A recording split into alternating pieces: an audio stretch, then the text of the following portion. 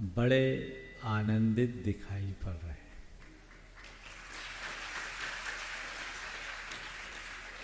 साल भर से जिसकी प्रतीक्षा आप सबको आतुर कर रही थी, अब वह घड़ी सामने आई है। पर्युषण पर्व के प्रति लोगों के मन में एक अलग प्रकार का उत्साह रहता है। कहने का तो सूरज रोज उगता है, लेकिन आज के सूरज के उगने के साथ साथ आप सबके हृदय में एक नई उमंग भी जगी है। आप सबके मन में एक अलग प्रकार का उत्साह और आनंद भी प्रकट हुआ। आखिर ये सब क्यों? क्योंकि आज से हम धर्म की आराधना करने के लिए उत्सुक हुए हैं। सार यही है कि जब जीवन में धर्म जुड़ता है, हृदय में आनंद भरता है। जब जब जीवन में धर्म जुड़ता है, हृदय में आनंद भरता है, तो अगर हृदय को आनंद से भरना है, धर्म से जुड़ जाना चाहिए। आज का पहला सूत्र। दशलक्षण पर्व हम लोग मना रहे हैं। इसका संबंध युग के आरंभ से है। हमें पता है कि छठे काल के अंत में 7 प्रकार की कुवृष्टियों से ये धरती 1 योजन नीचे तक चूर चूर हो जाएगी। उसके बाद 7 प्रकार की सुवृष्टियां होती है, जो सावन बदी एकम से लेकर भादो सुदी चौथ तक 49 दिवस तक रोज होती, और उससे फिर सभ्यता की शुरुआत होती। और हमने उस दिन से धर्म की आराधना शुरू की। क्षमादिक 10 धर्मों को 10 दिन तक आराधना की परंपरा हमने उसी दिन से प्रारंभ की, जिस दिन से सभ्यता की शुरुआत हुई, युग का आरंभ हुआ। तो हम ये कह सकते हैं कि धर्म की आराधना हमारी सभ्यता का मूल है। हमारी सभ्यता की शुरुआत ही धर्म से हुई है। इसलिए धर्म को अपनी सभ्यता और संस्कृति का मूल अंग मानकर चलना चाहिए। बंधुओं, जब हम धर्म की बात करते हैं तो हमारे अंतरंग में प्रायः पूजा पाठ और धार्मिक क्रियाएं सामने आती। निश्चित धार्मिक क्रियाएं, उपासना, पूजा पाठ या जितने भी रिचुअल्स हैं वे हमारे धर्म के अंग हैं। लेकिन ये दशलक्षण धर्म हमें बहुत बड़ी प्रेरणा देता है कि बाह्य क्रियाएं धर्म का बाहरी रूप है। अंतरंग तो अपने भावों की निर्मलता है, भावों की विशुद्धि है। इसलिए जैन धर्म में दशलक्षण पर्व को महापर्व, पर्वाधिराज की संज्ञा दी गई। और इस पर्वाधिराज में आप आराधना किसकी कर रहे हैं? 10 दिन तक किसकी आराधना करना है? क्षमा, मार्दव, आर्जव, शौच, सत्य, संयम, तप, त्याग, आकिंचन और ब्रह्मचर्य जैसे उदात्त गुणों की। किसी तीर्थंकर की नहीं, किसी भगवान की नहीं, इन गुणों की, इन भावों की, जिससे हम अपने जीवन का गुणात्मक परिवर्तन कर सके, अपनी चेतना का आध्यात्मिक विकास कर सके। संसार में इकलौता जैन धर्म एक ऐसा धर्म है जिसमें जीवन मूल्यों की आराधना का पर्व मनाया जाता है। उसका नाम है दशलक्षण धर्म, उसका नाम है पर्युषण पर्व। संसार में इतने धर्म हैं, किसी धर्म में आपको ये बात देखने को नहीं मिलेगी। और ये जैन धर्म की विशेषता है कि हम रिचुअल से ज़्यादा स्पिरिचुअल को महत्व देते हैं। हमारी पूजा आराधना भी अपनी आंतरिक शुद्धि के लिए है। हम कहते हैं बंदे तद्गुण लब्धे।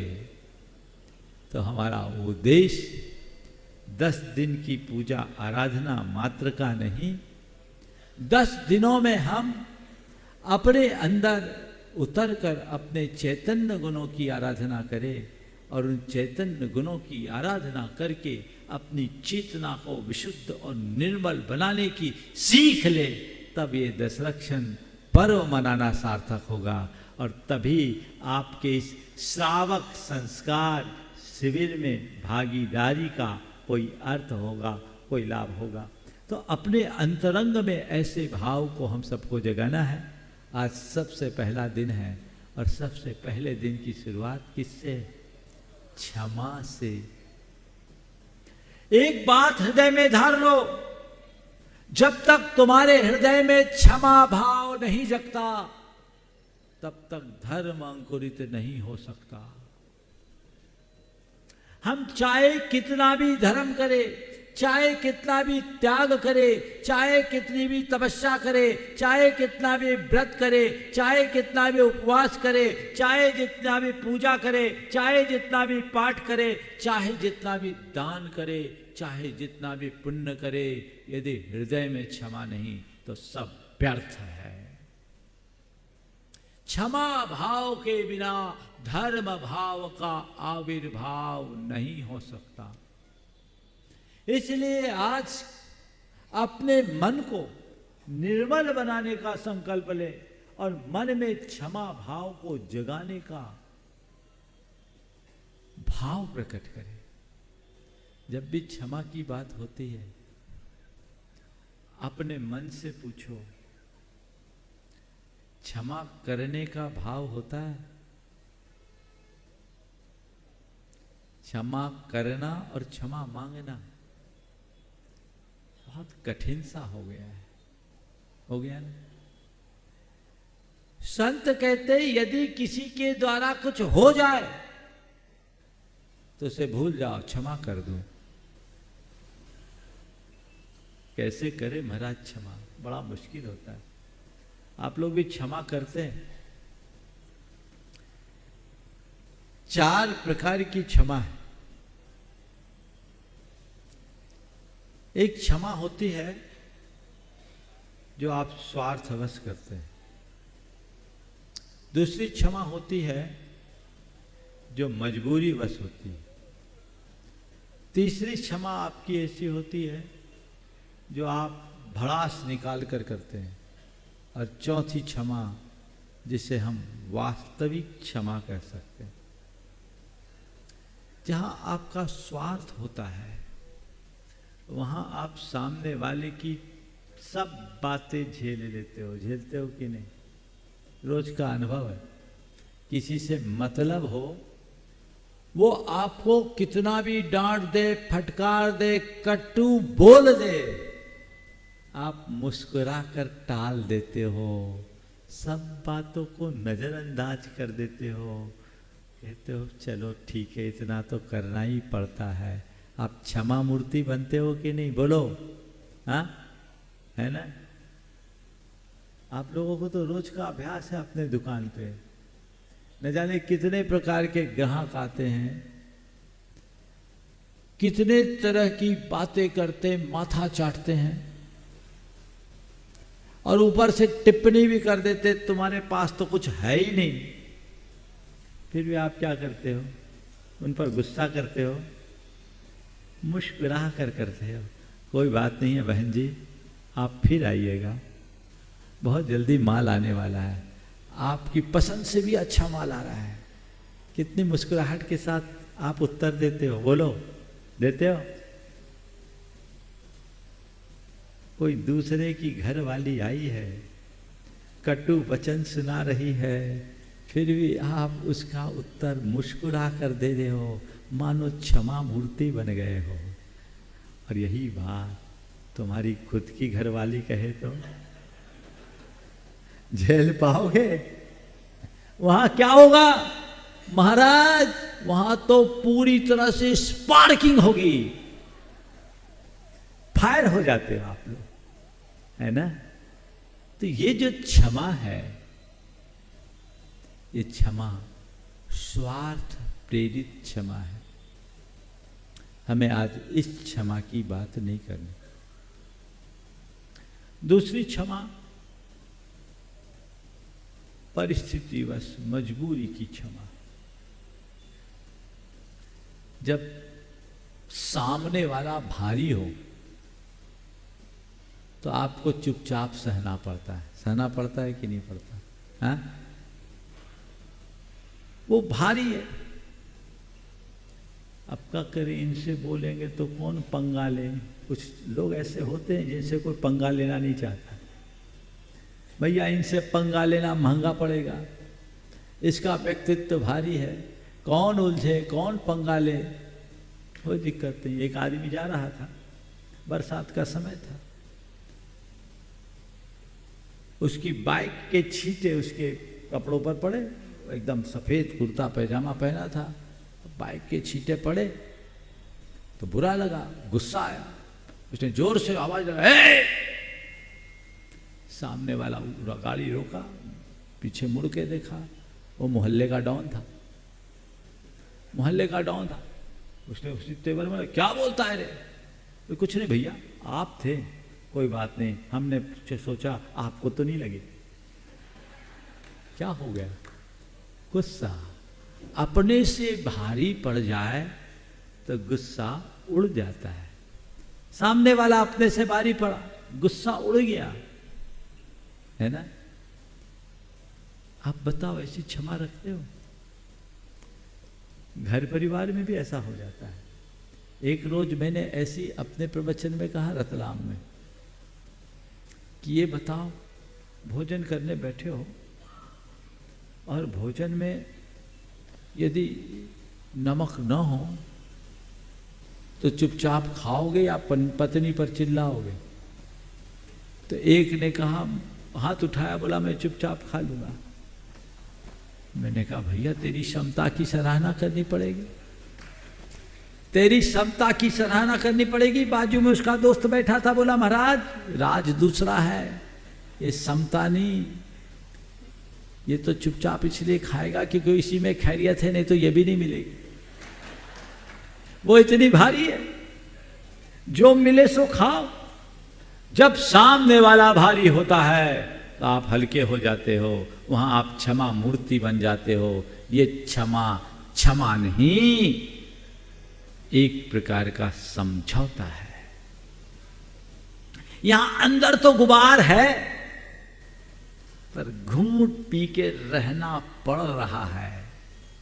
चेहरे पर भले मुस्कान है, पर दिल में तूफान बचा हुआ है। ये क्षमा धर्म नहीं है। तीसरी स्टेज है, किसी को खूब सुना दिया, झाड़ दिया, मार दिया, पीट दिया, जितना बना सब कर दिया, पूरी भड़ास निकाल ली। उसके बाद में कहा जा, माफ किया। क्या? सब कर लेने के बाद आखिरी में क्या किया? जाओ, तुम्हें माफ किया। तो भैया अब माफ करके क्या करोगे? अब तो खेल ही खत्म हो गया। अब माफ करने लायक तुम बचे कहां?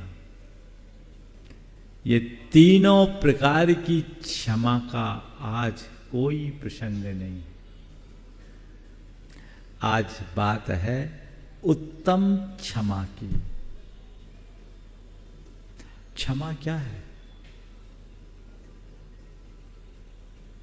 सत्यपि प्रतिकार सामर्थ्य अपकार सहनम क्षमा। प्रतिकार की सामर्थ्य होने पर भी सामने वाले के अपकार को सहना क्षमा है। उत्तम क्षमा। कोई कुछ भी कह दे, कोई कुछ भी कर दे, कैसा भी कुछ हो जाए, क्षमा हो। अपने अंदर ये क्षमा भाव कैसे विकसित हो? बड़े बड़े महामुनि राज इस क्षमा धर्म का उत्तम रीत्या पालन करते हैं। उत्तम क्षमा के धनी तो वे मुनिराज ही होते हैं, जो कोई कितना कुछ भी कह दे, कोई प्रतिकार नहीं करते, सामने वाले के अपकार को सहज भाव से स्वीकार कर लेते हैं। लेकिन आप आम गृहस्थ हो, मैं आज आपकी चर्चा करना चाहता हूं। आपकी उत्तम क्षमा कैसी होगी? बोलो, उत्तम क्षमा कैसी क्षमा? क्रोध का कारण आने पर भी क्रोध न करना क्षमा है ना? कर पाओगे? महाराज बहुत कठिन है, पर कुछ कठिन नहीं, किया जा सकता है। 4 बातों को आत्मसात कर लीजिए। पहली बात, सहिष्णुता का विकास। दूसरी बात, नजरअंदाज कर देने की वृत्ति। तीसरी बात, सकारात्मकता का विकास। और चौथी बात, विनोद प्रियता की आदत। ये चारों बातें यदि आत्मसात हो जाए तो कुछ भी नहीं होगा। सबसे पहली बात है सहिष्णुता का विकास, सहन करने की आदत।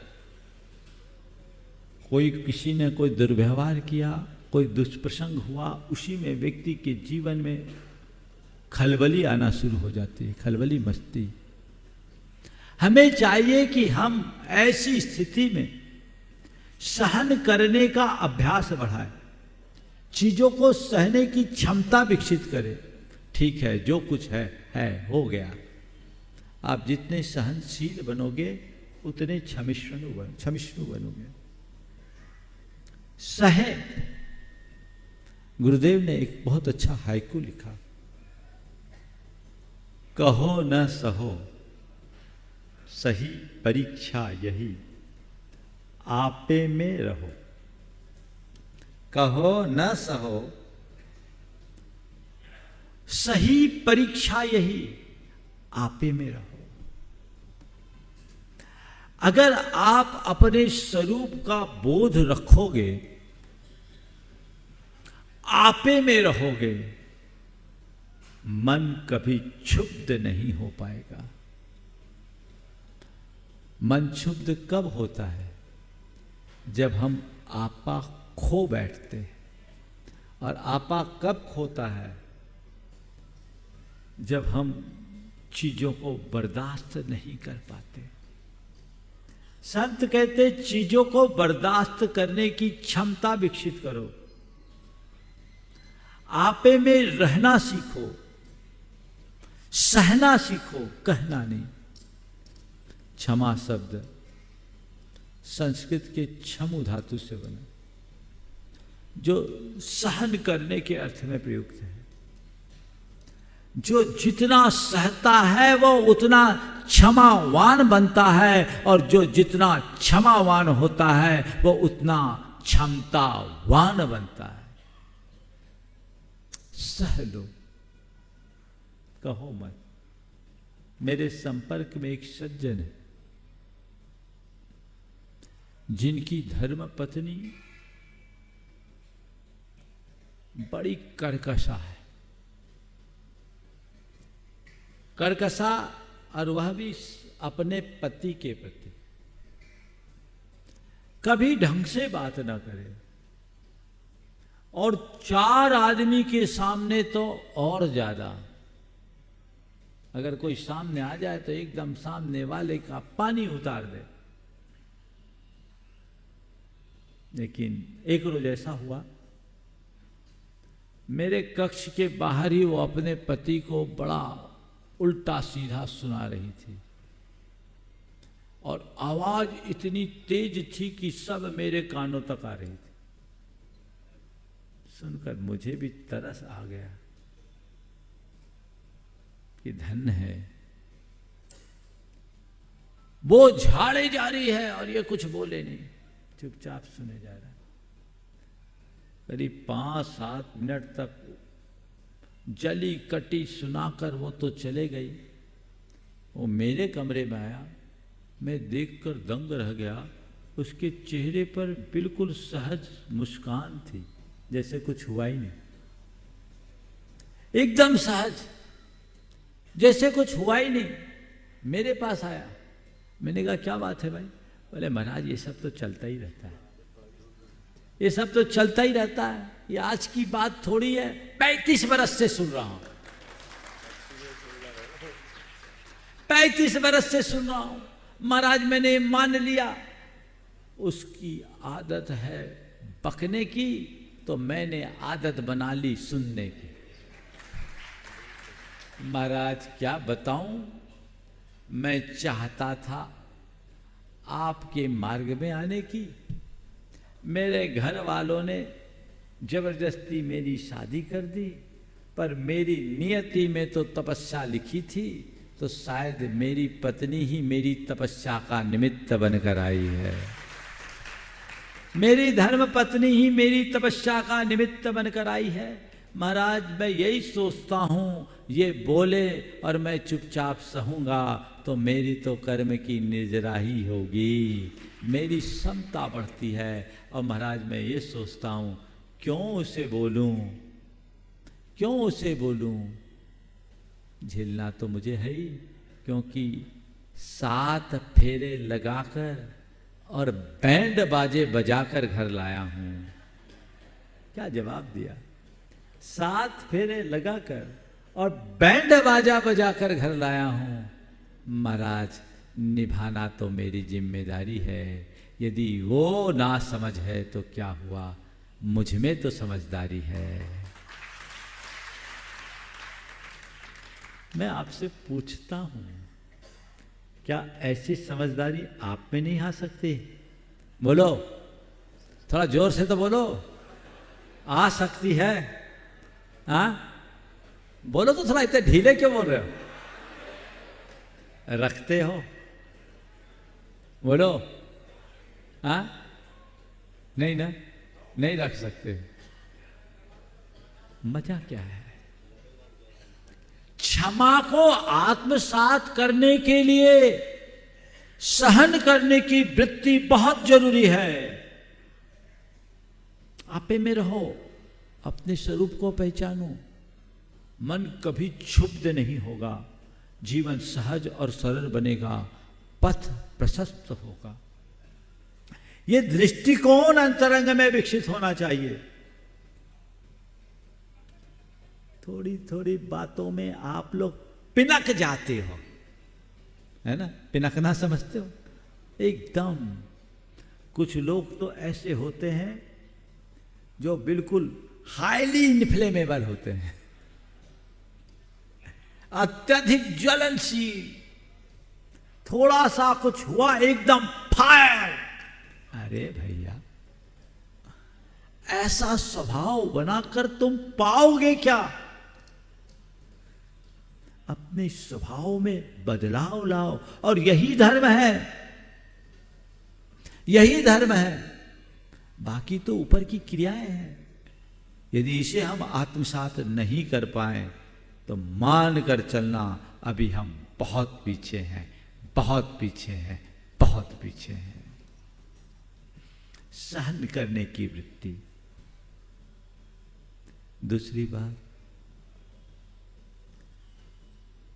नजरअंदाज करने की कला।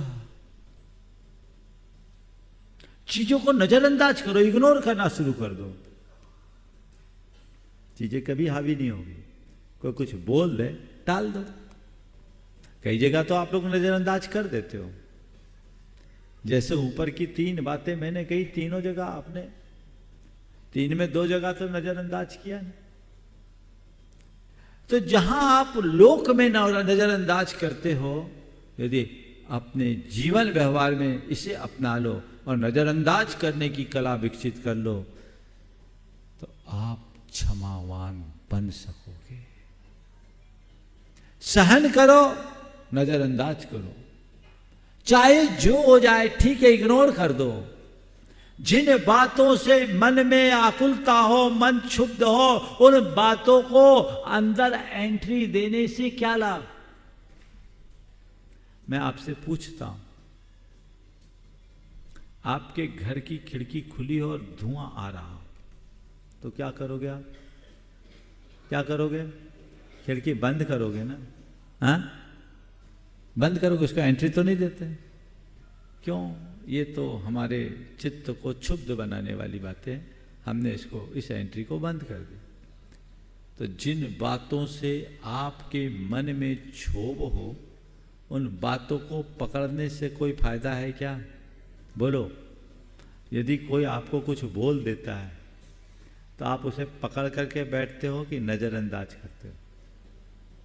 महाराज देख लेते हैं सामने वाला कैसा है, वो भारी हो तो नजरअंदाज कर देते हैं, और कोई छोटा हो तो हम उसको पकड़ लेते हैं, और कई बार इस बात के लिए भी पकड़ करके बैठ जाते हैं कि जब परिस्थिति मेरे अनुकूल होगी तब इसको सबक सिखाऊंगा, तब इससे बदला लूंगा।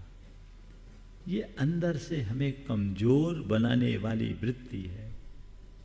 नहीं, पहले से ही नजरअंदाज कर दो, लेट गो करना सीखो। ठीक है, छोटी मोटी बातें ऐसा तो चलता ही है, होता रहता है, छोड़ दो, ये नादान है, इसे इग्नोर करो।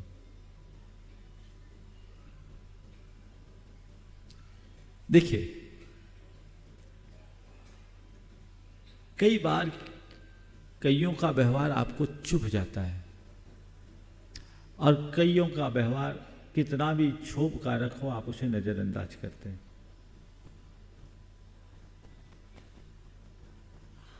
मैं आपसे कह सकता हूं कि अगर आप मेरी दृष्टि को अपना लो तो हर किसी की बात को नजरअंदाज किया जा सकता है। एक बार एक बहन जी मेरे पास आई, बहुत दुखी थी, आके रोने लगी। बोले महाराज जी बहुत परेशान हो गई। क्या बात है? बोले महाराज 25 बरस हो गए, सुनते सुनते कहाँ तक सुनूं, क्या हो गया? बोले महाराज मेरे ये है ना, मेरे ये, समझ गए ना, और ये और वे तो चलते ही, पुरानी बात, मेरे ये है ना महाराज, बहुत गंदा बोलते हैं, बहुत गंदा बोलते हैं महाराज, कुछ भी विचार नहीं करते, कुछ भी बोल देते हैं महाराज, मन बहुत दुखी होता है, कहाँ तक सहन करूं, आज भी बहुत कुछ उल्टा सीधा बोल दिए महाराज। हमने कहा 25 साल हो गया, अभी तक तुमने क्या किया? महाराज सहन किया, और क्या करूं, पर महाराज कहाँ तक सहन करूं? आप तो कोई मंत्र दे दो जिससे बच सके। हमने क्या बोलते? बहुत बहुत गंदा गंदा बोलते। उस गांव में एक पागल भी घूमता था, हमारा चातुर्मास चल रहा था। हमने कहा घर से मंदिर आते समय रास्ते में कभी वो पागल मिला? बोले हाँ मिला, मिलता रहता, अक्सर मिलता है, आज भी मिला था। बोले क्या बोलता है? बोले गंदी गंदी गालियां देता है। क्या बोलता है? बोले गंदी गंदी गालियां देता है। आज भी मिला था, तुम्हें गालियां दी थी? बोले हाँ दी थी महाराज। तुम्हारा पति वैसी गालियां? नहीं महाराज वैसी गालियां तो नहीं देते, हमारे पति वैसी गालियां नहीं महाराज, वैसी गालियां नहीं देते, उनसे तो बहुत अच्छे हैं। हम बोले पागल ने भी तुम्हें गालियां दी, पति ने भी तुम्हारे साथ बकबक की, लेकिन तुम पति के बकबक से विचलित हो, और पागल की गालियों से तुम्हें गुस्सा क्यों नहीं आया? बोले महाराज उस पर क्या गुस्सा करना, हो तो पागल है, उससे क्या गुस्सा करना, वो तो पागल है। तो मैंने कहा इतना ही समझ लो, जो अपनी पत्नी को अनाप शनाप बके उस समय वो पागल है। नजरअंदाज हो जाएगा कि नहीं? और बोलो अपनी पत्नी को उल्टी सीधी सुनाने वाला समझदार पति है कि पागल? बोलो हाँ, पागल है ना? तो समझ लिया करो ये पगला गए, थोड़ी देर में ठंडा हो जाएंगे तो अपने आप आएंगे। नजरअंदाज करने के लिए इतना ही तो पर्याप्त है। लेकिन ध्यान रखना, ये पागलपन केवल इन लोगों में नहीं है, कभी कभी उल्टा भी हो जाता है। मामला इक्वल है, कोई भी झेल सकता है। आप अगर सामने वाले के नेचर को नेचर मान ले तो उसे नजरअंदाज कर सकते हो कि नहीं? तो क्या करना है? नेचर मानकर नजरअंदाज कर दो। एक बच्चा, नादान बच्चा आपकी गोद गंदी करता है, कभी कभी आपको थप्पड़ भी मार देता है, कभी आपकी चोटी भी खींच देता है, कभी आपको लात भी मार देता है, दुर्व्यवहार करता है कि नहीं? लेकिन आप क्या करते हैं? उस बच्चे पे गुस्सा करते हो? क्या करते हो? उसे नजरअंदाज करते हो? क्या मान गए? ये बच्चा है, नादान है, ये बच्चा है, नादान है। तो अगर एक बच्चे के दुर्व्यवहार को बच्चा मानकर, नादान जानकर आप नजरअंदाज कर देते हो, तो घर के बड़े बूढ़े तुम्हें कुछ उल्टा सीधा बोल दे तो उन्हें भी नादान जानकर नजरअंदाज क्यों नहीं करते? इतना ही तो करना है। घर घर में शिकायत है घर के बड़े बूढ़ों की, बहुत उल्टा बोलते हैं, कड़वा बोलते हैं, कुछ भी बोल देते हैं, हम तो इनके साथ नहीं रहेंगे। बड़ी मुश्किल हो जाती है। अरे भाई, बच्चे और बूढ़े एक समान होते हैं।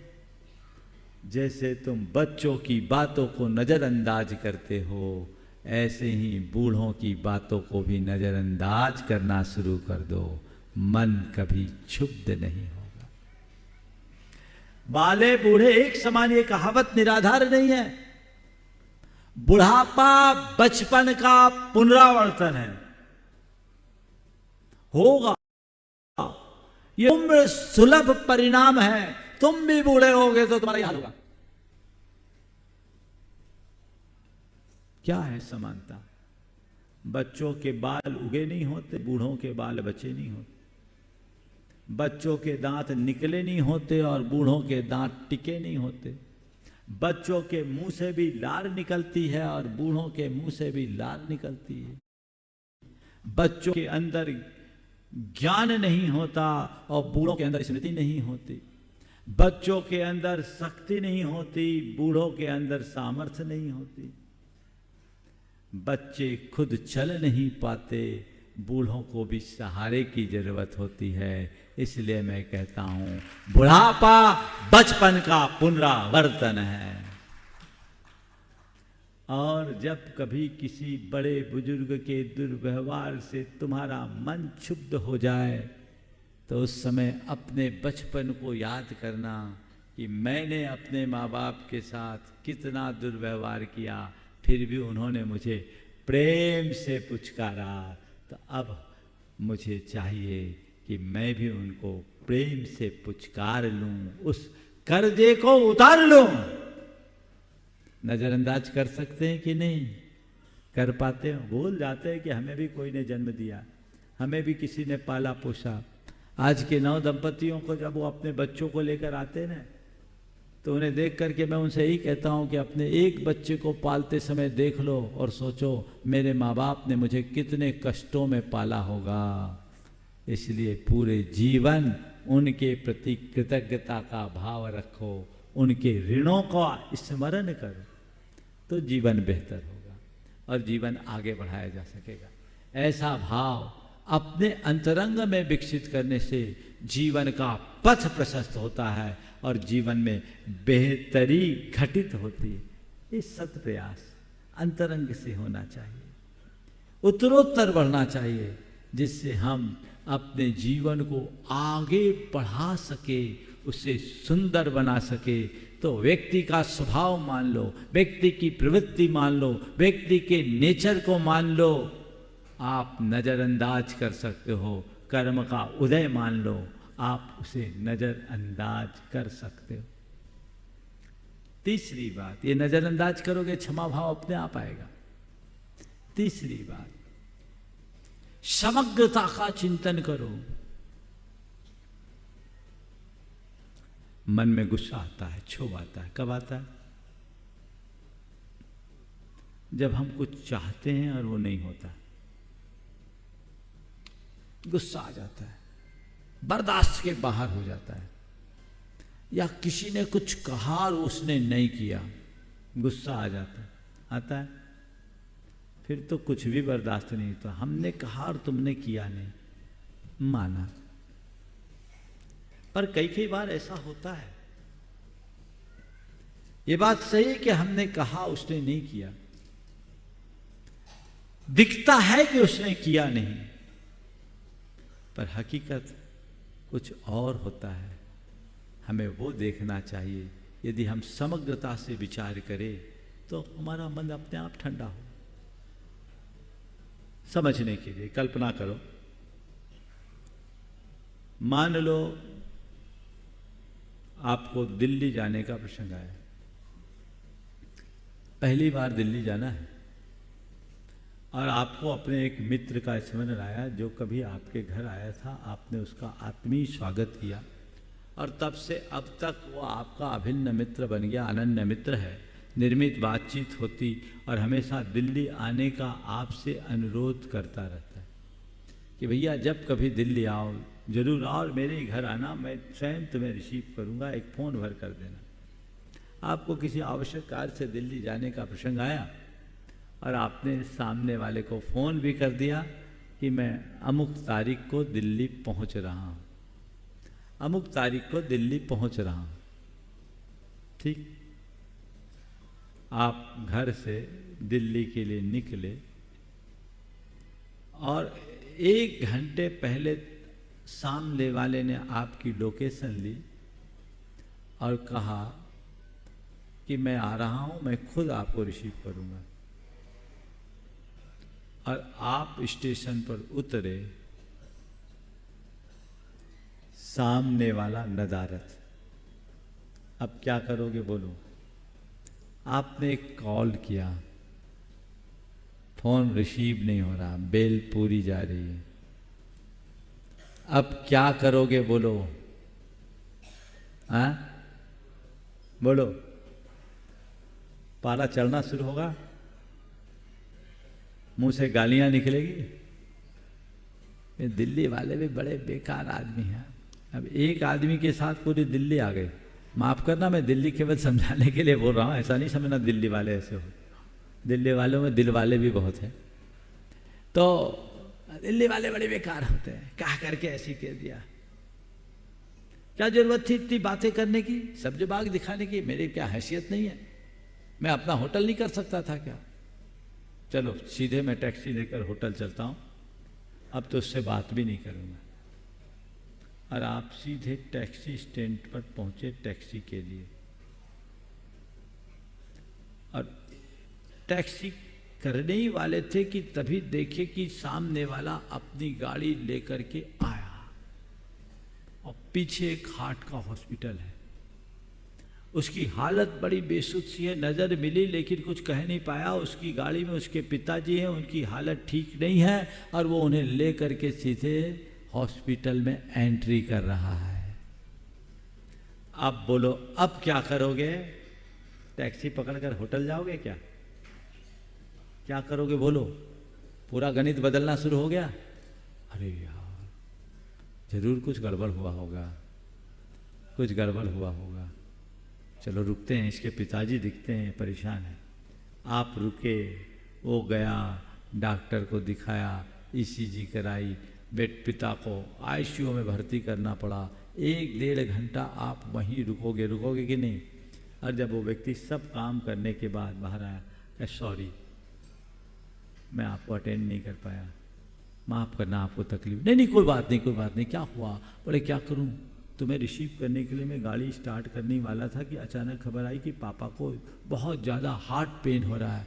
मैं गया, देखा प्रॉब्लम बड़ी भयानक थी, खुद मुझे उनको लेकर के आना पड़ा और यहाँ आया। कोई अल्टरनेट नहीं था, मैं इतना बिजी हो गया कि तुम्हें कॉल भी नहीं कर पाया, तुम्हें बहुत परेशानी हुई होगी, माफ़ करना। अब बोलो, माफ़ करोगे कि गांठ बांधोगे? नहीं भैया, कोई बात नहीं, मुझे थोड़ा पहले पता लग जाता तो मैं और तुम्हारा सहयोग कर सकता, मैं हूँ, निश्चिंत रहो, तुम्हें जो करना है सो करो, अब कोई चिंता की बात नहीं है। बोलो ऐसा भाव आएगा कि नहीं? सारे आरोप खत्म, गुस्सा ठंडा, क्रोध की जगह क्षमा आ गई। क्यों आई? इसने नहीं किया एक आरोप है, और ये नहीं कर सका ये एक क्षमा की भाषा है। समग्रता का चिंतन जब होगा तो आप यही कहोगे ये कर नहीं सका। तो तीसरा सूत्र है, कोई कुछ कमिटमेंट करे और पूरा न करे तो उस पर गुस्सा करने की जगह थोड़ा ठंडे दिमाग से सोचो, नहीं किया या कर नहीं पाया। नहीं कर पाया, बस इतना है, ठीक है, हो जाएगा। नहीं कर पाया, करेगा। इतनी बात आ जाए मन में तो कोई दिक्कत ही नहीं, पर इतनी सबूरी कहाँ। यहां तो कुछ हुआ नहीं कि फट से उसकी प्रतिक्रिया नहीं। आज से एक संकल्प लो, कुछ चीजों को हम थोड़ी व्यापकता से देखेंगे, समग्रता से सोचने की कोशिश करेंगे। असमग्र चिंतन हमें परेशान करता है, और जिसका चिंतन समग्र या व्यापक होता है वो निश्चिंत रहता है। अपनी निश्चिंतता को बनाए रखने के लिए हमें समग्रता का चिंतन करना चाहिए। यह अभ्यास बनाइए। कई बार ऐसी परिस्थितियां बन जाती है, सामने वाला चाहता है पर कर नहीं पाता। इसलिए मैं इस चिंतन को अपनाने के लिए आपको एक सूत्र देता हूं। किसी को आपने कोई काम बताया ना, उससे आपको इंक्वायरी लेनी हो। आप लोग अक्सर ये कहते हो काम हो गया, काम किया, और सामने वाले ने बोला नहीं कर पाया। आप प्रतिक्रिया देना शुरू कर दोगे, अरे तुम तो किसी काम के नहीं, तुमसे तो कुछ होता ही नहीं, हम 10 बार कह के देख चुके, जो कहो करता ही नहीं, तुम किसी काम के नहीं। सामने वाला डिमोरलाइज हो जाएगा, टूट जाएगा, आपका मन भी उसके प्रति क्षुब्ध होगा। इसके स्थान पर यदि आप उससे पूछो, वो काम तो हो गया होगा, मैंने जो तुम्हें बताया वो काम हो गया क्या? हो गया होगा। अब वो बोलेगा हाँ हमने करने की कोशिश तो की थी, लेकिन इसमें ये प्रॉब्लम आ गई, मामला यहां अटक गया। सामने वाले को अपनी बात कहने का अवसर मिल गया, और जब उसको अपनी बात कहने का अवसर मिल जाता है, आपको सुनने का भी मौका मिल गया, तो आपकी प्रतिक्रिया अनुकूल होगी कि नहीं? बोलो, प्रतिक्रिया अनुकूल होगी ना? तो अपनी प्रतिक्रिया को अनुकूल बनाने का ये तरीका है, आप अपने बोलने का तौर तरीका बदल दे। सीधे सीधे आदेश की आदत से बचे, संभावनाओं को तलाशने की कोशिश करे, चीजों को बर्दाश्त करने की और नजरअंदाज करने की क्षमता विकसित होगी, और आप क्षमावान बन सकोगे। आगे चलूं और देखो, असमग्र चिंतन आखिरी है सकारात्मक सोच। सोच को सकारात्मक बनाइए। कहीं भी कुछ भी हो, सकारात्मकता से सोचने की कोशिश कीजिए। कैसे? गर्मी प्रचंड है, आप थक कर एक पेड़ के नीचे बैठे,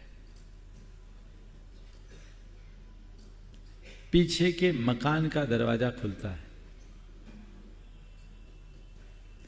भीतर से एक सज्जन निकलते हैं,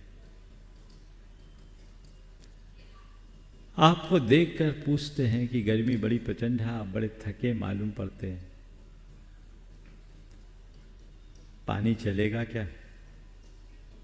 अब बोलो आपके मन से क्या होगा? आप स्वीकार करोगे, सामने वाले को धन्यवाद दोगे कि नहीं दोगे? बोलो, देंगे ना? इतना बढ़िया आदमी बिना मांगे पानी, आप कहोगे बड़ी कृपा हो गई। और वो आदमी घर के अंदर गया, 15 मिनट बीत गए, पानी नहीं आया, ना पानी आया ना वो आदमी। अब बोलो अब क्या चलेगा? बोलो क्या होगा? मुंह से गालियां नहीं निकलेगी पर मन में तो आएगा, बड़ा विचित्र आदमी, क्या जरूरत थी, हमने थोड़ी बोला था कि पानी पिलाओ, खुद आया। पानी पिलाने की बात, ये नौटंकी करने की क्या जरूरत थी? हमारा कंठ सूखा जा रहा है और फिर ये व्यक्ति अभी तक नहीं आया, 15 मिनट हो गए, पता नहीं आप अपने अंदर कैसी कैसी प्रतिक्रिया उत्पन्न करोगे, है ना? और जितनी प्रतिक्रिया ये सब क्या है? Negative, negative. लेकिन 15 मिनट बाद वो आदमी आया और खाली हाथ नहीं आया, एक ट्रे लेकर आया है और ट्रे में पानी के साथ साथ ठंडाई का गिलास भी है। अरे पूरी बात सुनो फिर ताली बजाना, ताली तो तुम बजाओगे मुझे पता है। ट्रे में पानी के साथ साथ ठंडाई का लोटा भी है और उसने कहा माफ कीजिएगा मुझे आने में विलंब हो गया, सोचा गर्मी प्रचंड है, लू भी तेज है, कोरा पानी पिलाने से क्या फायदा, ठंडाई भी तैयार कर ली जाए। तो ठंडाई तैयार करने में विलंब हुआ, आप मुझे माफ कीजिए और लीजिए ठंडाई पीजिए। अब बोलो, अब क्या बोलोगे? अरे भाई ये आदमी नहीं, ये तो देवता है, पानी की कह के ठंडाई की बात, ठंडाई पिला रहा है। बोलो बजाओ। ये आदमी नहीं देवता है, थोड़े देर पहले जिसे तुम कोसे जा रहे थे अब उसी को सराह रहे हो। ये आदमी नहीं देवता है। और मजा ये ठंडाई अभी भी मिला नहीं है, ठंडाई मिली नहीं है, ठंडाई तो उसके लोटे में ही है, लेकिन आपका गुस्सा ठंडा हो गया है ना। तो मैं आपको एक फार्मूला देता हूं, कोई पानी के लिए आपने किसी से कहा और वो पानी लाने में विलंब हो रहा हो तो आप मन में ये बात बिठा लो ना कि शायद ठंडाई ला रहा हो, दिमाग ठंडा रहेगा, रहेगा कि नहीं रहेगा। ये फार्मूले हैं छोटे छोटे से। अगर चीजों को सकारात्मक दृष्टि से देखना शुरू कर दो तो अपने आप सब कुछ नजरअंदाज हो जाएगा, नजरअंदाज हो जाएगा और चीजें ठीक हो जाएगी। एक दिन एक व्यक्ति अपने मित्रों के साथ घर गया, पत्नी को खबर किया, चाय दी गई, पत्नी ने चाय परोसा, चाय में शक्कर कम थी, बल्कि एकदम फीकी थी। सबने चाय पी, पति ने भी चाय पी। लोगों ने कहा इसमें तो शक्कर कम है, आपने कुछ बोला नहीं। बोले कुछ नहीं, हमारी धर्म पत्नी को मेरी सेहत का पता है, उन्हें पता है कि इनको डायबिटीज ना हो जाए इसलिए शक्कर कम डालती, इन्हें डायबिटीज ना हो जाए इसलिए शक्कर कम डालती। ये सोच बना सकते हो? हाँ, बना सकते हो। सोच लो सकारात्मक। पत्नी ने सब्जी परोसी, सब्जी में मिर्ची तेज थी, अब उसकी झांस से आंसू आने लगे। मिर्ची तेज, झांस से आंसू आने लगी। पत्नी ने पूछा क्या बात है, रो क्यों रहे? बोले रो थोड़ी रहा हूं, ये तो खुशी की आंसू। रो थोड़ी रहा हूं, ये तो खुशी की आंसू। बोले कैसी खुशी की आंसू? बोले तुमने इतनी स्वादिष्ट सब्जी बनाई कि मैंने आज तक कभी खाई नहीं, खुशी के मारे आंसू आ रहे।